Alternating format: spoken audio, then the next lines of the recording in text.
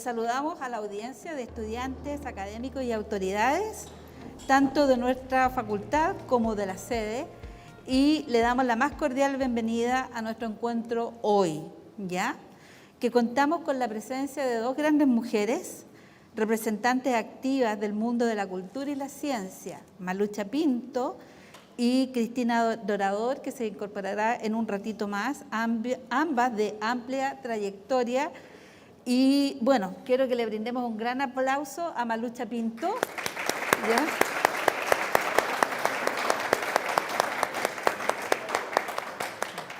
Y iniciamos entonces nuestra conversación, nuestro diálogo acerca de la nueva Constitución. ¿Andrea? Gracias, Eliana. Malucha, bienvenida. Agradecerte enormemente el que puedas acompañarnos hoy día. Sabemos que están con una agenda full ocupada ahora que viene el proceso de socialización del documento, ¿cierto? Pero nos gustaría partir con una pregunta general y que no es menor dado el contexto que estamos. Nos gustaría saber tus percepciones en relación a la Constitución que teníamos. ¿Cuáles son las principales innovaciones? ¿Por qué es tan importante en las áreas de educación, cultura y conocimiento, que es un poco los grandes temas que vamos a abordar hoy día? ¿Cuáles son las innovaciones que tú ves en relación al documento del 80, digamos? ¿Qué tiene de interesante este proyecto que emerge colectivamente? Excelente. Bueno, primero que nada, saludarlas y saludarlos a todos. Muchas gracias por invitarme, por invitarnos con Cristina. Estoy feliz de estar acá y poder encontrarnos y dialogar un poquito en relación a este proceso que se viene, que ya está aquí, que está instalado y que nos convoca y es tan importante, en definitiva, para los próximos 40, 50 años de nuestro país. Así es que muchas gracias de verdad por este espacio.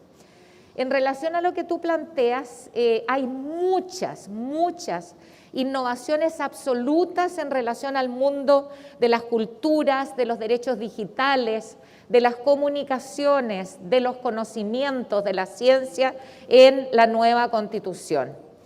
Por un lado, pensemos que en la Constitución que tenemos actualmente, la palabra cultura, por ejemplo, se nombra nomás solo 4 veces.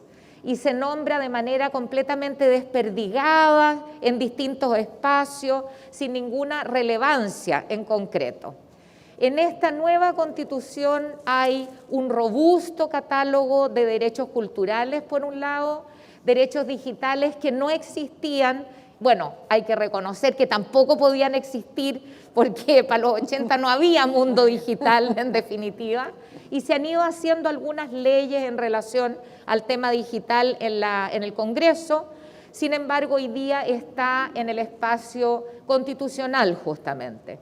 También hay una serie de normas en relación al tema de las comunicaciones, entendiendo el espacio de las comunicaciones como un espacio trascendental para que exista democracia. Y justamente, una de las misiones y de las cosas importantes de las que se ha hablado es justamente poder profundizar nuestra democracia, redistribuir el poder en Chile, y justamente el ámbito de las comunicaciones es central. Finalmente, el tema de patrimonios, que como ustedes saben tampoco existe en la Constitución del 80, claro, no aparece. Ahora hay una ley que se está fraguando, se está discutiendo en el Congreso, y justamente también en la nueva Constitución hay un espacio importantísimo para el tema de los patrimonios, que es el espacio desde donde, como país, como pueblos, nosotros nos desciframos, cómo descubrimos y podemos profundizar en torno a nuestra identidad que se va tejiendo y construyendo año tras año, siglo tras siglo, en fin. Entonces, en la nueva propuesta se amplía también la mirada en relación a los patrimonios, más allá de los patrimonios arquitectónicos, sino que también se valoran, digamos, los patrimonios inmateriales, los materiales, intangibles, en fin, y naturales, entendiendo que también ahí en la naturaleza, en el espacio de la naturaleza y del vínculo de las comunidades con la naturaleza, ahí hay un espacio patrimonial muy importante, porque por lo menos lo que nosotros fuimos recogiendo en nuestras salidas a los distintos territorios, fueron comunidades en que su identidad está profundamente ligada justamente con el espacio, el ámbito natural en la cual se desarrollan. Y entonces tenemos una constitución profundamente innovadora en relación a estos ámbitos. ¿Para qué decir en relación al tema de los conocimientos? Eso es realmente, y yo quiero que Cristina pueda profundizar en después. eso, porque todo el tema de la ciencia, la innovación, los conocimientos, incorporar al desarrollo de nuestro país ámbitos y temas que van mucho más allá de lo económico, sino que tocan el tema de los conocimientos, es bellísimo, es concreto, es muy emocionante realmente, y además consagra los conocimientos no solo como los conocimientos académicos, científicos, sino que también los conocimientos ancestrales y populares como parte de los conocimientos de un país, a lo que tenemos que acudir frente a todos los desafíos en los que estamos hoy día en esta tremenda crisis climática, medioambiental. Para mí, esta crisis de sobrevivencia. Entonces, incorporar en la nueva Constitución el ámbito de los conocimientos, entendido de esta manera, uno como que dice, ¡oh, qué bueno! Cambió. Sí, cambió. Bueno, en relación al patrimonio, como tú decías, se van a considerar los patrimonios culturales, inmateriales, naturales e indígenas, ¿cierto? Exactamente. Ya. Hay 2 años plazo para escribir la ley que comprenda estos patrimonios. ¿Qué significa esta ley? ¿Qué significa así concretamente? ¿Y qué diferencia existe con lo que está normado en la actualidad? Muy bien. Bueno, los patrimonios efectivamente están en este minuto en Chile desperdigados. Hay algo en los ministerios en el Ministerio de las Culturas, las Artes y los Patrimonios, hay por ahí otra en el espacio de los monumentos, están siendo, como digamos, contaba antes, un espacio demasiado importante en un país. El tema patrimonial es justamente qué vamos a atesorar, qué vamos a consagrar como elementos de nuestra identidad, de nuestra memoria, que nos permite también descifrarnos hacia el futuro. Entonces es un espacio muy importante y como ya, desperdigado, ¿cierto? La idea es justamente poder reunirlos. Ahora hay una ley que no satisface a la gente que trabaja en patrimonios, dado a que no es profundamente participativa. Lo que nosotros estamos intentando y lo que estamos proponiendo es que los patrimonios deben ser un espacio de participación incidente y vinculante de las comunidades. O sea, finalmente, ¿quién define cuál es nuestro patrimonio?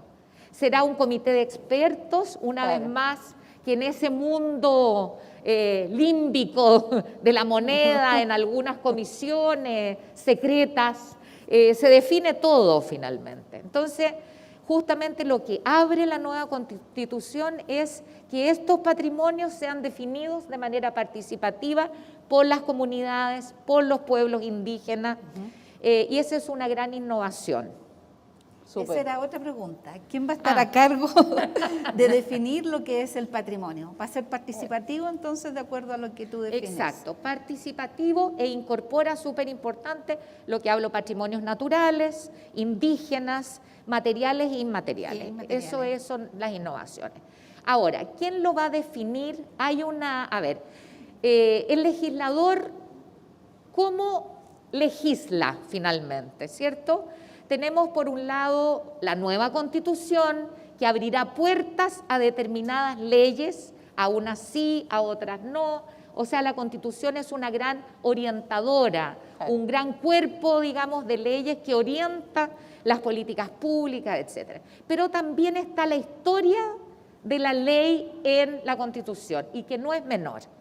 Entonces, cuando el legislador vaya a hacer sus nuevas leyes, tendrá que leer cómo llegamos a estas normas constitucionales. y ahí va a aparecer todo lo que se discutió en la comisión, que fue muy interesante, las audiencias que llegaron, o sea, de cómo esa norma constitucional está alimentada también por una ley, por una discusión, digamos, y por otro lado, en qué constituciones nos inspiramos para establecer estas normas. Y que fundamentalmente la inspiración fue la Constitución ecuatoriana, la boliviana y la española, que tienen un fuerte normativa en relación al tema de los patrimonios. Malucha, justamente siguiendo un poco este tema de patrimonio y cultura, quería consultarte qué tan potente fue la discusión y cómo lo fueron manejando este tema de la interculturalidad, la incorporación de la visión de los pueblos originarios en toda esta temática. ¿Qué tan potente fue eso? Porque eso es un tema que en la Constitución anterior lisa y llanamente no existía. Entonces, ahora hay una incorporación muy notable, digamos, en el nuevo documento. Entonces, en la misma discusión que se fue dando en la comisión y en el ampliado, ¿cómo fue este tema abordado? ¿Cómo fue considerado? Excelente. Bueno, compartir con ustedes que esta comisión, la Comisión 7, que se le nombró como la Comisión del Futuro, fue una comisión que nos costó mucho instalar. Tiene que ver con lo que tú preguntas. Fue una ardua lucha que sostuvimos algunos por llegar a tener una comisión que tocara estos temas. Temas que no solo son importantes para el presente, sino que trascendentales para el futuro de Chile, que no estaban en ninguna otra comisión.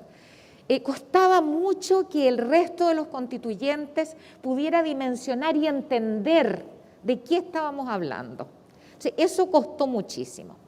Y lo comparto con ustedes porque finalmente la cultura y los conocimientos atraviesan toda la Constitución. Efectivamente hay un espacio que toca específicamente el tema de derechos culturales, etc., pero cruza toda la Constitución, aparece en los principios, que es lo que tú haces referencia, intercultural. ¿A qué se refiere por eso? El reconocimiento de que somos un país diverso, lo que es bellísimo e importantísimo. Somos diversos regionalmente, somos diversos en cuanto a nuestras culturas, diversos porque existen los pueblos originarios, porque están las naciones preexistentes. Y lo que propone en el fondo la nueva Constitución es el reconocimiento de esa diversidad y por otro lado la necesidad de que dialoguemos entre culturas. Por lo tanto, el Estado tendrá que proveer esos canales y esas herramientas para que se produzca efectivamente un diálogo equitativo, igualitario, en todo el país entre estos universos culturales distintos. Lo que es muy importante en principio. Pero también el tema de las culturas aparece en sistemas de justicia, en formas de Estado, en sistema político. Entonces, la cultura emerge, aparece y tiene una relevancia muy importante en esta nueva Constitución. Ya, qué bien. Pasa, por favor. Sí, hola, ¿cómo estás? Hola, Cristina. Damos la bienvenida a Cristina, que se incorpora entonces a nuestro panel de conversación. Y un gran aplauso. Sí, también. un gran aplauso, por favor. Que finalmente pudo llegar. Sí, te pongo un poco al corriente. Estábamos hablando básicamente primero sobre el tema cultural en términos generales. Le preguntaba a Malucha y creo que sería súper interesante también poder tener tu versión en relación a esto. El valor del concepto de la interculturalidad que se instala dentro del documento constitucional y que antes no existía y que por lo tanto Malucha nos decía es como transversal a toda la Constitución y logró tener su propia comisión en torno a esto. Entonces, a lo mejor la primera pregunta que queríamos plantearte a ti, Cristina, iría como por esta área. ¿Cómo visualizaste tú este tema de la incorporación del concepto de la interculturalidad dentro del nuevo documento? Bueno, fue gracias a que el órgano constituyente, que ya se acabó, estuvo compuesto por muchas personas, mucha diversidad. Entonces, necesariamente, al enfrentarnos a otras personas que tienen culturas distintas, piensan de forma diferente, tienen experiencias distintas, es inevitable que tengamos que establecer vínculos de comunicación interculturales. O sea, es casi natural que lo pensemos así, o sea, es el enfrentarse a la diversidad y asumir eso.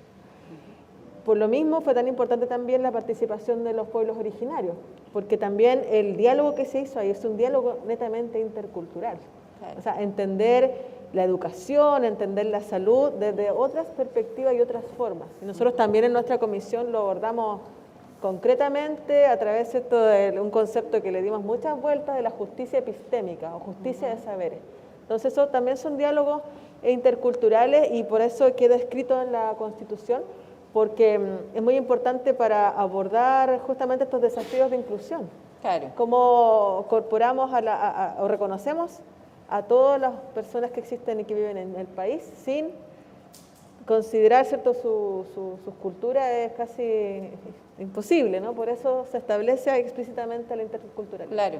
Y hay otro concepto, Cristina, que a mí me pareció súper interesante en el documento y que habla sobre los sistemas de conocimiento, que Malucha también nos decía, me gustaría que Cristina pudiera profundizar ahí también, porque también es una idea que no está en el documento del 80 claramente, y que ahora aparece como relevante, porque de alguna manera es como un concepto eje, es como, yo lo visualicé en la lectura casi como una columna vertebral desde la que se van desprendiendo otras cosas. Entonces, cuéntanos un poquito, ¿cómo emerge ese concepto, cómo lo fueron trabajando en el documento y en la comisión? Bueno, para elaborar todo el texto constitucional, o sea, que aquí está presente, es mucho trabajo. O sea, cada palabra que está escrita tiene un sentido, una razón, un origen y también mucha comparación y experiencia con otras constituciones en el mundo. Entonces, pensando en una idea que ya desde el mundo de la academia, de la ciencia, ¿cierto?, hace tiempo se señala que Chile debería avanzar hacia el desarrollo, que la base debiese ser los conocimientos. Entonces, eso lo conversamos mucho y también muchas personas participaron de esto diciendo lo mismo. Incluso tuvimos orientaciones de la UNESCO, de las Naciones Unidas al respecto, porque existe en la Declaración Universal de los Derechos Humanos el derecho a la ciencia, el derecho a beneficiarse de los conocimientos, claro, que es un derecho que está presente ahí desde finales de la década de los 40, promovido por un abogado chileno que participó de esa escritura. Y ahora recién, más de 70 años después, nosotros lo incorporamos a nuestra Constitución, a pesar de que muchas constituciones en el mundo lo establecen, pero lo establecen como derecho a la ciencia, con distintas bajadas. O sea, hay algunos como países como Ecuador que señalan que se tiene que desarrollar la ciencia y la tecnología para la soberanía alimentaria. Otros señalan que tiene que ser para el desarrollo económico. Nosotros lo hacemos en el contexto del Estado Social y Democrático de Derecho, porque el desarrollo de los conocimientos es además habilitante de otros derechos. Claro. Si no conocemos lo que nos pasa, ¿cómo vamos a resolver los problemas? Exacto. Entonces aquí se vuelve a tomar el tema intercultural, que es reconocer que existen otros saberes y otros conocimientos. Y eso también fue, la UNESCO lo está avanzando, y nosotros somos la primera constitución en el mundo que lo establece. Es una novedad y ha sido muy bien recibido, digamos, por todas estas personas que saben mucho de estos temas, porque hablamos de los sistemas de conocimiento, que incluye las artes, las humanidades, la ciencia, la tecnología, y además de los saberes locales y saberes ancestrales. Perfecto. Entonces ahora también entramos como una era más compleja, porque los desafíos que tenemos a futuro son de tal magnitud que la única forma de enfrentarlos es con conocimientos distintos, con diversidad. Claro. Perfecto. Hay un concepto también que incorporan, que es el patrimonio inmaterial, que eso significa en el fondo la idea. Ahí lo incorporan directamente y esto se va a recuperar con los pueblos originarios también. ¿Cómo se va a hacer esto concreto? Me interesa mucho saberlo. ¿Cómo se va a concretizar el tema del conocimiento de los pueblos originarios? Quiero complementar un poco lo que decía Cristina desde mi lugar, que para nosotros fue muy transformador, o para mí por lo menos, y creo que para todos y todas, la salida a regiones. ¿En qué sentido? En el sentido en que pudimos tomar contacto con muchas comunidades indígenas, por ejemplo, que tienen una tremenda expertise en un montón de materias que para el grueso de la gente son tan completas, que tiene que ver con lo que tú preguntas, tan totalmente invisibilizadas, como por ejemplo el manejo del agua, el tratamiento de cadáveres, bueno, muchas cosas que tienen que ver con temáticas muy actuales, que son conocimientos que se vienen desarrollando ancestralmente hace miles de millones antes de que llegaran los españoles y se han ido transmitiendo a través de relatos orales, a través de alfarería, de tejidos. Entonces, el hecho de que todo esto se incorpore en realidad a la posibilidad de ver cómo nos vamos apiando en este futuro que se nos viene encima y en el que estamos es muy importante, yo creo, y es una tremenda innovación realmente. ¿Cómo se va a hacer concretamente? Bueno, al establecer como principio la interculturalidad y el Estado a comprometerse a generar herramientas que están, por ejemplo, en el catálogo de derechos culturales, de cómo se va a producir esa conversación, ese diálogo, al tú instaurar la obligación del Estado, por ejemplo, de propiciar medios de comunicación comunitarios, locales, regionales, a través de los cuales cada uno de estos espacios sociales podrá visibilizar sus problemáticas, sus conocimientos, y tú te puedas cruzar ahí, por ejemplo. O sea, lo que quiero decir es que también esta nueva Constitución es un sistema, no es una norma aislada, son normas que se complementan unas con otras, que conversan, que se profundizan, que se potencian. Entonces, hay que leerlo así también, cómo vamos entrando a los temas desde muchos espacios. Súper. Muchas gracias. Cristina, en relación también digamos, al conocimiento, al mundo de la academia, se insinúa bastante el tema de la transdisciplinariedad, interdisciplinariedad. ¿Cómo lo ves tú esto en las universidades? Porque dada la estructura que tienen las universidades es un poco complejo hablar de multidisciplinariedad, interdisciplinariedad. Cuéntame, ¿cómo se ve, cómo se discutió en la comisión? Sí, un poco para los estudiantes que están aquí muy atentos, les voy a contar qué es lo que está contando la profesora, ¿no? Cada saber está normalmente clasificado como disciplina. Entonces, por ejemplo, ustedes me imagino que estudian acá cursos básicos o complejos de matemáticas, ¿cierto? Inglés. Todas esas son disciplinas distintas. La matemática, la física, la literatura. Y muchas veces para hacer investigación en estos temas ocupamos métodos, por ejemplo, no sé, pues, experimentos que corresponden a un campo disciplinar. Pero cuando uno mezcla dos disciplinas es una práctica multidisciplinaria. Por ejemplo, que la medicina incorpore, no sé, conocimiento de la química, es una multidisciplina. Ahora, eso también la clasificación se ha complejizado y se llama interdisciplina, o sea, cuando disciplinas que están muy alejadas se juntan, pero a resolver una pregunta en conjunto. O sea, no solamente ocupo uno de lo otro, sino que resolvemos uno. Y cuando hacemos transdisciplina, eso ya abarca incluso temas de distintos conocimientos.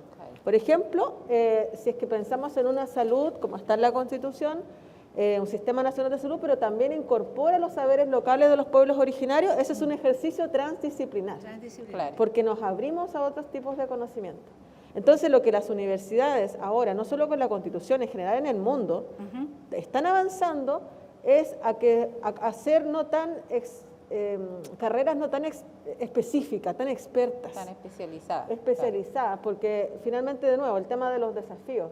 Una persona tiene que estar preparada para muchos cambios, una persona que se forma en la universidad y en todas partes, porque no sabemos cómo va a ser Chile en los próximos 10 años, o sea, no solamente por un tema político, también ambiental.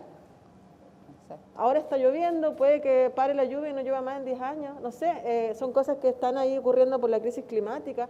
Entonces, ustedes se van a preparar de una manera, pero probablemente necesitan una cierta flexibilidad y saber un poco más de todo para poder abordar desafíos distintos. Y por eso las carreras deberían ampliarse a eso, o sea, tener por lo menos más cursos de formación general, que las mismas disciplinas estén ya mezclándose, o sea, por lo menos eso debería avanzar, es un cambio cultural también. Y también acá veo los carteles de acreditación, que los felicito harto, pero también las instancias que evalúan también tienen que cambiar. Claro. Porque Eso es finalmente es importante. todo el sistema que se adapta a estas nuevas condiciones. Exactamente. Claro, es un proceso largo de adaptación. Sí. Uno pensaría, la Constitución ya listo, comenzamos, y no, y de aquí No. comienza tremendo trabajo.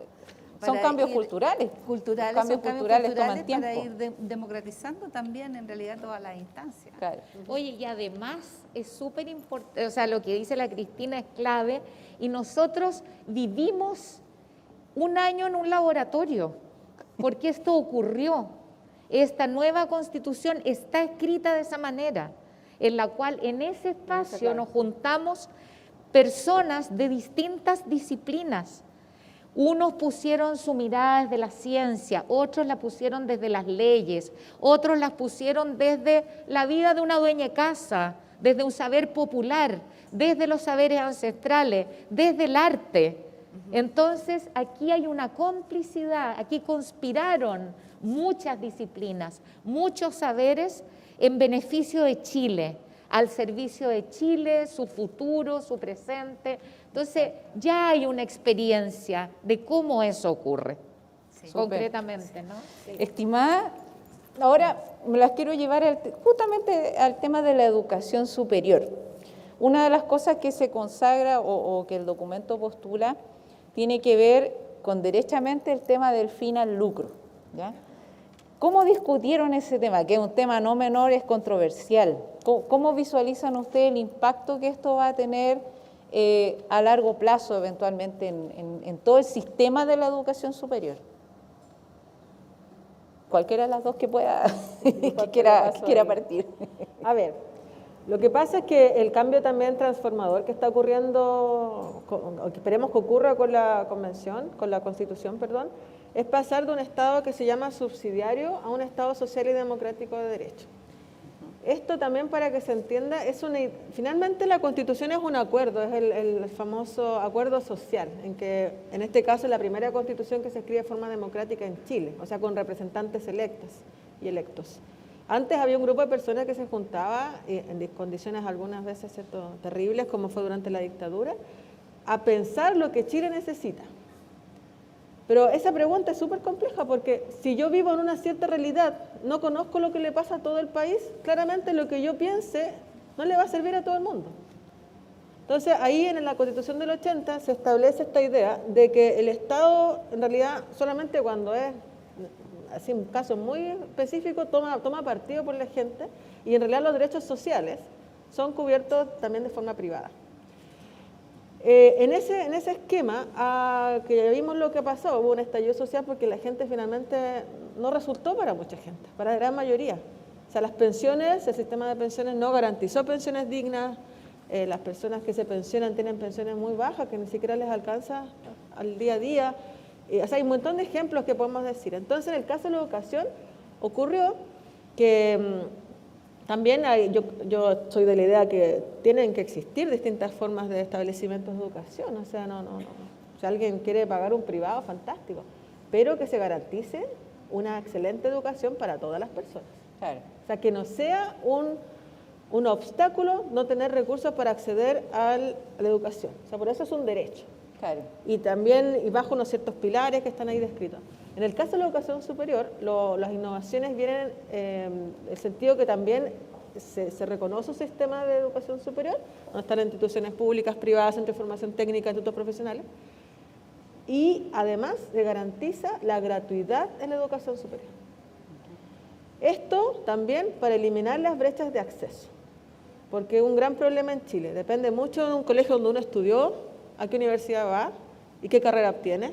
Entonces, la idea de todo el texto, si ustedes lo leen después en detalle, es que a todos y todas nos vaya bien, que nadie se quede atrás, pensar en colectivo. Entonces, el tema del lucro fue algo que ocurrió a raíz de la constitución anterior, en que instituciones de educación superior o incluso colegios hacían negocios con incluso subvenciones del Estado. Claro. Entonces, eso no está bien, porque es la plata de todos nosotros para un fin, para educar, no para que otros se enriquezcan. Y eso finalmente es una cuestión de equidad. O sea, no hay nada del otro mundo, eso quiero llegar. Los países desarrollados de Europa, todos tienen sistemas mixtos de educación y muy fortalecida la educación pública. Claro. Porque el que quiere privado y tiene la plata suficiente, fantástico, pero que insisto, que no sea un obstáculo el tener recursos, dinero para poder desarrollarse como persona. Claro, ahí fíjate que tú apuntas a algo bien interesante, porque de alguna manera lo que ha ocurrido desde que empezó este proceso, me acuerdo, se instaló como el mito, por decirlo de alguna forma, de que todo iba a ser obligadamente estatal y que lo único que iba a quedar era la educación pública. Finalmente, lo que se postula no es así, ¿pues, cierto? Porque en el fondo la idea es que coexistan sistemas, ¿cierto? Claro, que coexistan sistemas bajo ciertos principios. Claro. Eso es lo importante en definitiva. Claro. O sea, este primer artículo hermoso, digamos, que establece que hoy somos un Estado social y democrático de derecho, plurinacional, intercultural y ecológico, que plantee que nos constituimos como una república solidaria, su democracia es paritaria y reconoce como valores intrínsecos e irrenunciables la dignidad, la libertad, la igualdad sustantiva de los seres humanos y su relación indisoluble con la naturaleza. Este gran principio determina entonces cuál va a ser el vínculo finalmente y Claro. cuál va a ser el espacio. Yo me recuerdo en nuestras sesiones que se discutió mucho respecto a la educación pública y estatal, sus diferencias. Ahí tuvimos una gran conversación con el que era entonces el rector de la Universidad de Chile, respecto a que él ponía en la mesa las exigencias de, por ejemplo, las universidades estatales versus las exigencias de las universidades que cumplían una función pública pero que eran privadas, ¿no? Y él decía que había ahí una disparidad, digamos, o no había una igualdad en competencia respecto a las exigencias de unas y otras, de qué hacíamos con los fondos públicos que llegaban a unas y otras. En rigor no se llegó a un acuerdo respecto a cómo, pero sí se resguarda entonces la posibilidad de que existan efectivamente establecimientos educacionales, tanto universitarios como digamos de la educación básica media, privados también, pero donde hay un Estado que garantiza la calidad, el uso correcto de los fondos, la transparencia en relación a esos fondos, y eso ya le da un pie distinto, siento yo, a... Claro, Sí, claro. sí, eso es bastante importante, fundamental. El tema ahora, los medios de comunicación, ¿ya? En relación con el tema de los medios de comunicación, ¿qué aspectos en concreto fueron considerados como motivo de cambio? Uy, aquí, o sea, me voy a meter yo porque es un tema que me apasiona. La democracia no es lo único, pero es muy importante en los medios de comunicación. Entonces, ¿qué tenemos hoy en Chile? Hoy día tenemos cosa que pasa en muy pocos países del mundo, además. Tenemos una concentración total de medios de comunicación. O sea, el que es dueño del canal es dueño de la radio y es dueño de los diarios. Entonces, la posibilidad de que tengamos una pluralidad en la información, no solo que haya pluralismo, de que los distintos sectores políticos, es mucho más profundo que eso. Es nula, es imposible. Entonces, uno de los puntos que se aborda es la desconcentración de los medios de comunicación. Claro. Eso es clave para tener democracia.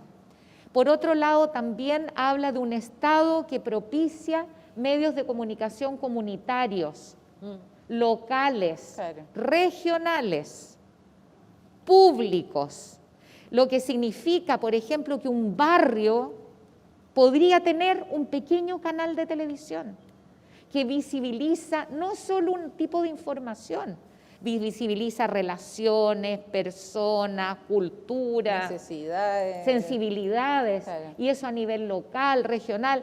A través de los medios de comunicación, además, un país dialoga. Eso es súper importante. Por ejemplo, hoy día tenemos canales, hablemos de la televisión, ¿no?, que viven del avisaje. Miren lo que pasó en la red. Los empresarios de algún modo quitan su avisaje porque no están de acuerdo con una línea editorial. De hecho, muchos programas de radio han desaparecido porque les quitan el avisaje. O sea, no puede ser de que el mercado finalmente, que tiene intereses evidentemente no solo comerciales, también ideológicos, sea quien haga la política comunicacional de un país. La política comunicacional tiene que pasar por otros lados. Entonces, la desconcentración de medios y un Estado que colabore, que fortalezca, que proteja, etcétera, esta diversidad de medios de comunicación hace una diferencia absoluta en un país. Para mí ese es como el corazón, ¿no? Malucha, disculpa Eliana, Malucha, Sí. y un poco en torno a eso, y después Cristina, te paso a ti la pregunta también. Consagra el documento la libertad de prensa. ¿Qué impacto le ven ustedes a esto a nivel sociocultural? ¿Qué va a significar de aquí en adelante un poco esto de la libertad de prensa garantizada en el documento? ¿Cómo lo vieron en la discusión, cómo se tomó y finalmente cómo consensuaron respecto de eso? La libertad de prensa es algo que está consagrada en la Constitución del 80. O sea, no es una gran innovación. Es importante la libertad de prensa. Lo que pasa es que nada es en sí mismo. La libertad de prensa está en el marco de esto que hemos hablado. O sea, ¿qué libertad de prensa podemos tener realmente si la libertad no se expresa en muchos otros ámbitos de la vida nacional? Claro. No es una entelequia solitaria, digamos, sino que tiene que ver con muchos otros aspectos. Y me parece importantísimo que se consagre la libertad de prensa. Sin embargo, estaba aquí mirando mis apuntes, pero hay algo súper importante que no habíamos dicho, que también se consagra lo que se llama la posibilidad de rectificación. Porque en esta libertad de prensa, ¿cierto?, a veces se destruyen universidades, personas, claro, grupos, etcétera, y eso se instaló y quedó, y eso sonaron. Entonces, el hecho de que consagre la libertad y la posibilidad de rectificación, o sea, que aquel que fue vulnerado por esta libertad de prensa, no vamos a tocar la libertad de prensa. Sin embargo, va a existir esta posibilidad real de rectificación. O sea, yo como afectado puedo aparecer en todos los medios explicando, el medio podrá pedir disculpas, tendrá que terminar la información. ¿Me explico, no? ¿O estoy muy enredada? Sí, ya. No. Eso es súper importante, por ejemplo, creo yo, desde mi punto de vista. Eliana, sí, nos tiramos con 2 preguntas más porque estamos en tiempo ¿Estamos para justo? que la audiencia también pueda Sí. levantar sus preguntas. Nos faltan los derechos digitales, ¿ya? Ahora con la pandemia se hicieron como imprescindibles. ¿Quiénes deberían encargarse del observatorio digital que se menciona? ¿Ya? Y se contempla el derecho a la conexión digital como una necesidad básica, como el agua, la electricidad, etcétera. Sí, bueno, los derechos digitales es también una tremenda innovación en nuestra Constitución, tanto con lo que hemos conversado como eso nos pone a la vanguardia del mundo, porque son temas muy recientes. Entonces nosotros tuvimos la oportunidad, como rápidamente, de ponernos al día en estos temas pensando en el futuro.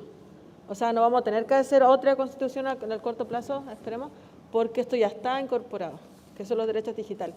Porque ahora en el mundo en que vivimos, estamos ahí, muchos los veo con sus celulares, casi una cuestión de vida, ¿no? Tenemos todo ahí, nuestra vida, pero ¿quién, por ejemplo, regula que todas las personas tengan acceso? Porque hay personas que no tienen acceso a Internet. Entonces también a nosotros nos va a tocar un trabajo bien ahí fuerte, porque algunos pueden ver la Constitución ahora en sus celulares con el PDF, pero hay otras personas que no tienen ni siquiera acceso a Internet. Entonces también tenemos que ir a entregar el documento en físico para que se pueda...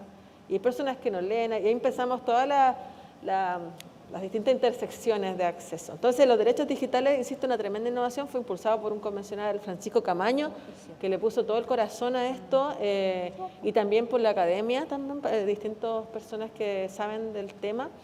Como era una innovación mundial, también hubo mucha discusión.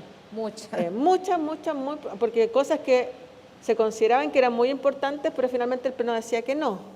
Entonces también el convencimiento al resto de que estos son temas que vale la pena que estén en la Constitución son clave. Por ejemplo, nosotros habíamos también conversado el derecho a la desconexión, porque también, así como va a ser un derecho humano, un derecho fundamental el acceso a la conectividad, o sea, el Estado tiene que dar todas las garantías para ello, pero también tienen que haber espacios donde la gente no quiera usar. O sea, no todos los servicios públicos, por ejemplo, debiesen ser en base a Internet, porque hay personas que por una u otra razón no quieren usarlo, y eso no está mal. Entonces también hay que garantizar finalmente la accesibilidad, pero universal.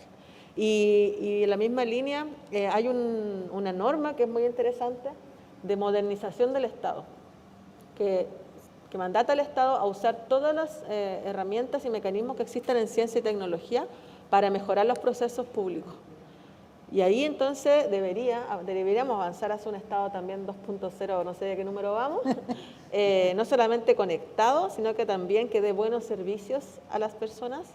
O sea, pensemos, no sé, por las listas de espera, pensemos en, no sé, filas, trámites, que se hagan de forma más rápida usando conocimiento científico. Así que es una propuesta muy vanguardista y por eso también hay que valorarlo en eso igualmente, porque se hicieron avances bien interesantes, sobre todo el tema digital. ¿Y los datos? La protección de datos, hay una Está. agencia de protección de los datos que es uno de los pocos órganos autónomos que nos aprobaron en la comisión, de hecho él, con bioética. El de bioética también. Claro.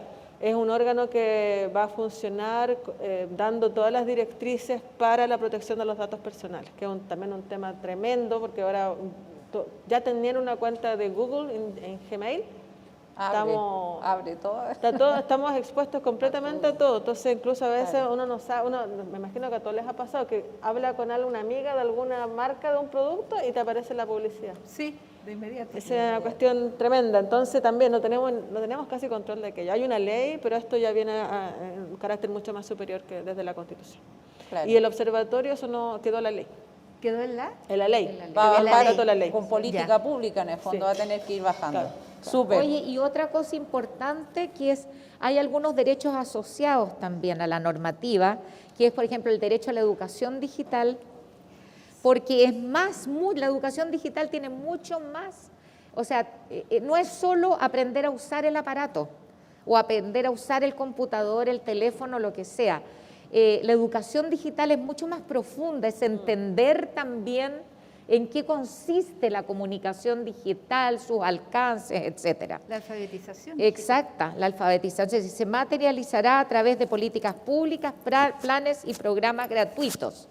Derecho a participar en un espacio digital libre de violencia. Eso sí quedó como algo, porque es un espacio, Sí. el digital, profundamente violento, sobre todo con las mujeres.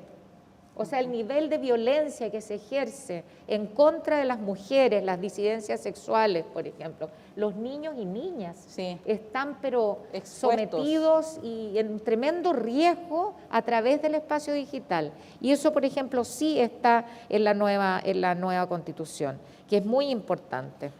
Bueno, nosotros lo vivimos, o sea, el estar en este espacio de la convención, porque también es bueno compartir, creo yo, experiencias más personales. Yo vengo de un ámbito de la academia en que también somos pocas mujeres, ¿sí? 30% de la investigación la hacemos mujeres solamente, y eso cambia según las disciplinas que recién hablamos. Las matemáticas, por ejemplo, hay muy pocas, pero hay otras más en las ciencias sociales, etcétera. Pero cuando uno se mete en política, como en este caso, de nuevo hay otra intersección en que también hay pocas mujeres en política, ahora se ha incorporado más gente, y por lo mismo siguen siendo espacios muy masculinizados, donde incluso nosotros lo vivimos dentro de la convención, o sea, la voz de la mujer se escucha menos que la del hombre. Hay estudio, análisis de cuántas veces nosotras hablamos en el pleno. Los hombres hablaron más minutos que las mujeres. Y las mujeres, muchas tendíamos a darle los minutos a los hombres para que hablaran. Eso pasa desde el colegio. Pasa desde el colegio, un tema Claro. cultural. O Sí. sea, pero si no hubiésemos tenido paridad en la composición del órgano constituyente, no hubiésemos avanzado como avanzamos, tanto en diversidad como en las normas que nos atañen directamente a nosotros y a toda la sociedad, como es la paridad en los órganos del Estado, como es también el derecho a una vida libre de violencia, ¿cierto? También el tema de los cuidados, o sea, el Estado se hace cargo de un trabajo que hacemos muchas las mujeres no remunerado. ¿Quién cuida a las personas? Entonces hay un montón de avances en ese sentido que vienen desde la diversidad, y la violencia digital justamente lo vivimos en primera persona y por eso también está plasmado ahí. O sea, Malucha, lamento mucho, a la Malucha a veces la agarraban y no la soltaban en semanas, o a otra, y así van moviéndose, y eso causa un detrimento a la salud mental, pues, a deteriora. pesar de que uno se pone la coraza, pero es inevitable. Mentira, y ahora ha sido terrible también, y va a seguir siendo, lo sabemos, hasta no sé cuándo. Entonces, y nos pasa más a las mujeres, solo por ser mujeres. Y además el tipo de insulto a través de las redes tiene una perspectiva de género total. ¿Qué cosas te dicen? Bueno, todo tipo de violencia sexual, amenazante, la violación, lo que van a hacer con tus órganos genitales, en fin, una cosa súper fuerte. Edad, vieja, vieja, aquí, tu cuerpo, guatona, estoy hablando de las cosas que me decían, pero es impresionante cómo se expresa la cultura machista nacional a través del uso de las redes sociales y del mundo digital.